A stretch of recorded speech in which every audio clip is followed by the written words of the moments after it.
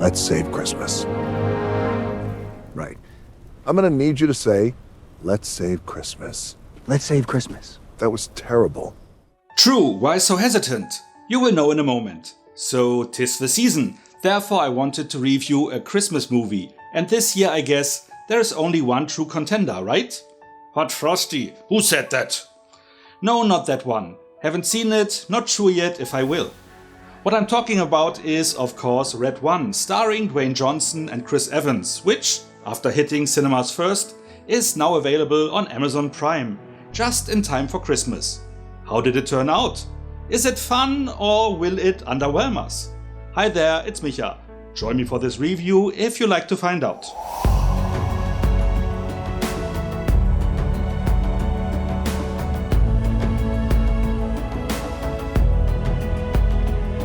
The movie starts 30 years ago with a young Jack O'Malley spoiling Christmas for his cousins by unveiling that not Santa is bringing the presents, but their parents do.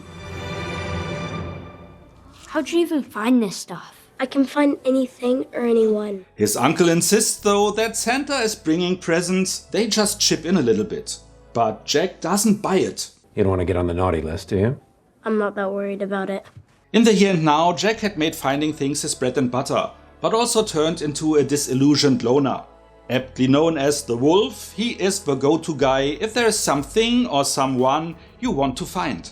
Even if that means using dubious methods. In short, he grew up to be a little bit of a jerk, who isn't even above literally taking candy from a baby.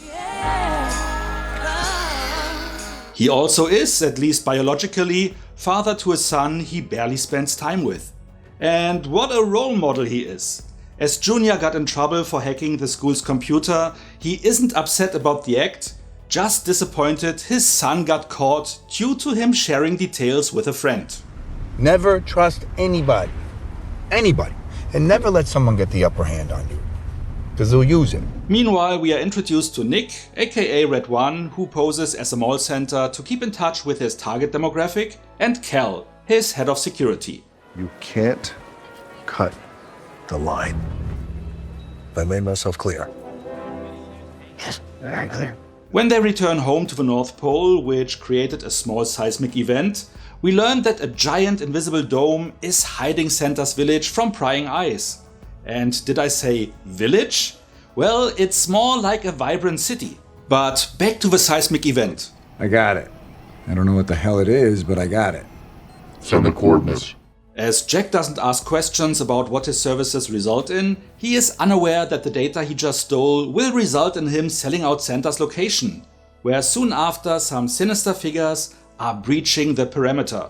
This Christmas is supposed to be Cal's last day of active duty, as he lost his belief in humanity, or more precisely, his trust in adults. I love the kids. It's the grown-ups that are killing me. What are you getting at? For the first time ever, more people are on the naughty list than not, and it's like they don't even care. And while he reminisces about the good old time at the place where it all began, the intruders have found their way in.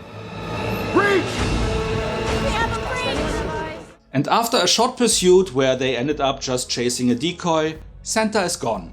Enter Mora, the Mythological Oversight and Restoration Authority, a group in charge to protect all mythological creatures. Their trolls quickly trace the data hack to the wolf. Who the hell is the wolf? Mercenary, bounty hunter, works for the highest bidder, a ghost on the dark web. So they bring Jack in. Hi, Jack. But quickly learn that he has no idea what he did and for whom he was working. Due to his credentials, they hire him instead to find Santa.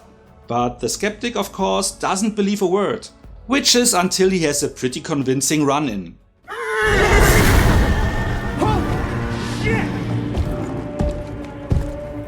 He is soon teamed up with Cal, and the two have an instant connection. I'm not gonna like you. I can tell right away, out of everyone here, I like you the least. But after a bit of convincing, he is properly motivated. Jack soon is introduced into a world he never believed in, filled with strange creatures and some cool gadgets. I adjusted it to reality. Will the two find a way to work together? Will Cal revive his belief in humanity? Will Jack become a better father and person in general? That all will be revealed over the course of this movie, including who is behind the kidnapping. And we even meet Santa's half-brother along the way, and you will never guess who it is. His name is Krampus. Or maybe you will, but it is still pretty cool. So much for the synopsis. I promise you I only shared a fraction of what this movie and its plot has to offer. Now, does the movie work? Is it as fun as it sounds? Personally, I did enjoy it. I know that there are some critics who bashed it for being a little bit all over the place. Too goofy, too much aimed at kids, or just the opposite, but what else is new? The movie for sure is not meant for the smallest of kids, which seems to have surprised some reviewers, but the PG-13 rating should have been a giveaway.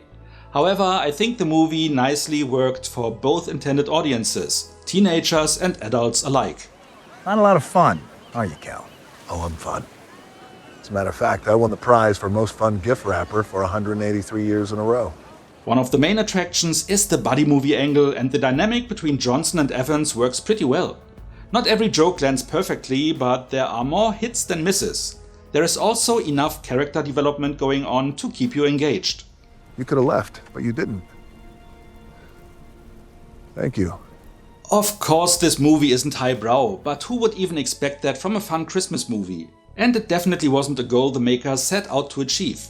Instead, it aimed for providing 2 entertaining hours of Yuletide fun, and I think it delivered on that front. The other main attraction comes from the creatures and lore embedded in this feature. Some of the beings and myths we encounter are pretty standard for a Christmas movie, but still have a nice spin to it. A lot of the film's underlying folklore is borrowed from different countries, mainly European with a specific focus on Iceland. Therefore, it did bring in some very old lore that makes the movie feel fresh. That mixture of different story inspirations may be the reason some feel that Red One is a little bit all over the place, but that is actually one of the things that I specifically liked about it. While there is some overacting in place, that is done on purpose. The acting is solid throughout, no complaints there. What surprised me is that while some effects worked pretty well, some CGI didn't really convey to me that there is a $250 million budget at play. However, that doesn't really impact the fun and dynamic of those sequences. Overall, this is a not always traditional entry into the Christmas movie genre that didn't disappoint. Again, not high art, but very solid entertainment. Alan, distract them. What I ask myself though is what would happen in a sequel, as there were talks about turning this into a franchise. Not sure if the movie even made enough money for it, the theatrical run didn't recoup the budget, but as it was initially developed as a direct-to-streaming event movie, it at least made some extra cash. So who knows? I mean, kidnapping Santa was a nice idea, but in a sequel I guess you need to have something else to have the 2 leads team up, because Santa being taken again would feel wrong and repetitive.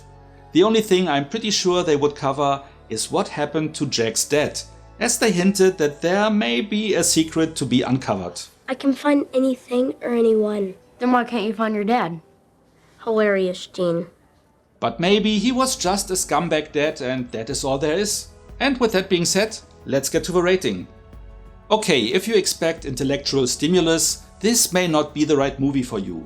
But it also is not a dumb script either. The movie mixes some interesting ideas together, borrowed from classical and more non-traditional sources, resulting in a surprisingly entertaining whole. There are some moments where you may roll your eyes, but there are also instances where you are wowed, and there are even some touching moments. Do not touch anything. You're human. Therefore weak. Wait a minute. Are you not human? Do I look human? In a nutshell, if you look for entertainment, give this one a go. I'm rating it with 8 out of 10 points, as most things landed well with me. It is not a perfect movie, but it also will not disappoint you, if you know what to expect. What about you? Did you watch this one at the movies or waited for it to show up on Amazon Prime? Did you like this movie too, or do you think that I am overselling it? Whatever you like to share, let me know in the comments. And if you enjoyed this video, feel free to like, share or subscribe.